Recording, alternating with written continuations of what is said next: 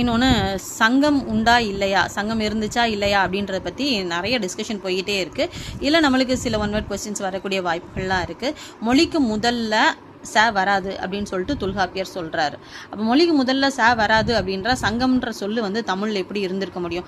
ஏன்னா முன்னாடி பார்த்தோம் நம்ம சங்கம் தொல்காப்பியத்தை பேஸ் பண்ணி தான் எழுதியிருக்கணும்னு சொல்லிட்டு சங்கம்னு நீங்கள் தலைப்பு வச்சுருக்கீங்க. அப்போ மொழிக்கு முதல்ல ச வராதுன்னு தொல்காப்பியர் சொல்லியிருக்கான்னும் போது அப்போ சங்கம்ன்ற அமைப்பு மட்டும் எப்படி இருந்தது? முதற் சங்கம், இடைச்சங்கம், கடைச்சங்கம் வேற சொல்கிறீங்களே அப்படின்னும் போது அதை பற்றிய விளக்கங்கள் தான் இப்போ நான் சொல்ல வரேன். மதுரை அப்படின்ற சொல்லுமே மருதை அப்படின்னு தான் நம்மளுக்கு வழங்கப்பட்டிருக்கு. சங்கம் அப்படின்ற சொல் நம்ம தமிழ் இலக்கியங்களில், சங்க இலக்கியங்களில் எங்குமே காணப்படலை. முதல்ல மணிமேகலையில தான் இந்த சங்கம்ன்ற சொல் வருது. புத்தமும் சமணமும் நம்ம தமிழகத்துக்குள்ள வந்ததுக்கு அப்புறம் தான், இந்த நல்ல பரவினதுக்கு அப்புறம் தான் இந்த சங்கம்ன்ற சொல்லும் நம்மளுக்கு வந்து கிடைச்சிருக்கு.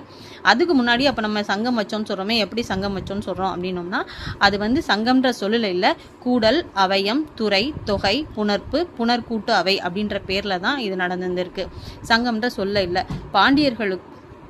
பாண்டியர்களுக்கும் தமிழுக்கும் தொடர்பு அதிகம். அதனால பாண்டியர்கள் தமிழ்